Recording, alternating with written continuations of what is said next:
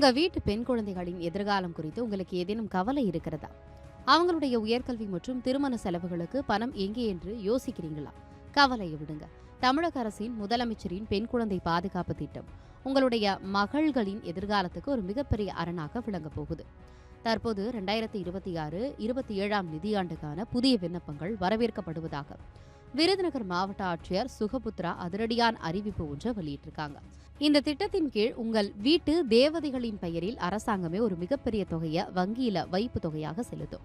ஒரு குடும்பத்துல ஒரே ஒரு பெண் குழந்தை மட்டும் இருந்தா அந்த குழந்தையின் பெயர்ல 50,000 ரூபாய் டெபாசிட் செய்யப்படும். ஒருவேளை 2 பெண் குழந்தைங்க இருந்தா ஒரு குழந்தைக்கு தலா 25,000 ரூபாய் வீதம் மொத்தம் 50,000 ரூபாயை பிரிச்சு வழங்கப்படும். சில சிறப்பு நேர்வுகளில் 3 பெண் குழந்தைகள் இருந்தால் ஒரு குழந்தைக்கு தலா 25,000 வீதம் மொத்தம் 75,000 ரூபாய் வரை அரசாங்கம் முதலீடு செய்யும். இந்த தொகையானது அந்த குழந்தைகளுக்கு 18 வயது நிறைவடையும் போது வட்டியுடன் சேர்த்து ஒரு மிகப்பெரிய தொகையாக திரும்ப கிடைக்கும்.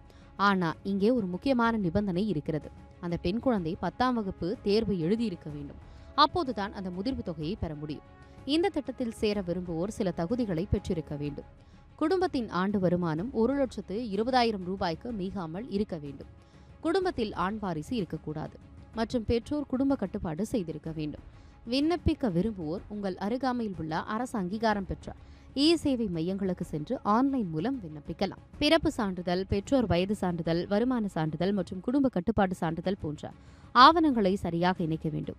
மாவட்ட ஆட்சியர் விடுத்துள்ள முக்கியமான எச்சரிக்கை என்னவென்றால், இந்த திட்டத்திற்காக எந்த ஒரு இடைத்தரகர்களையும் நம்பி ஏமாற வேண்டாம் என்பதுதான். அரசு வழங்கும் இந்த அரிய வாய்ப்பை பயன்படுத்தி உங்கள் பெண் குழந்தைகளின் வாழ்வை ஒளிமயமாக்குங்கள்.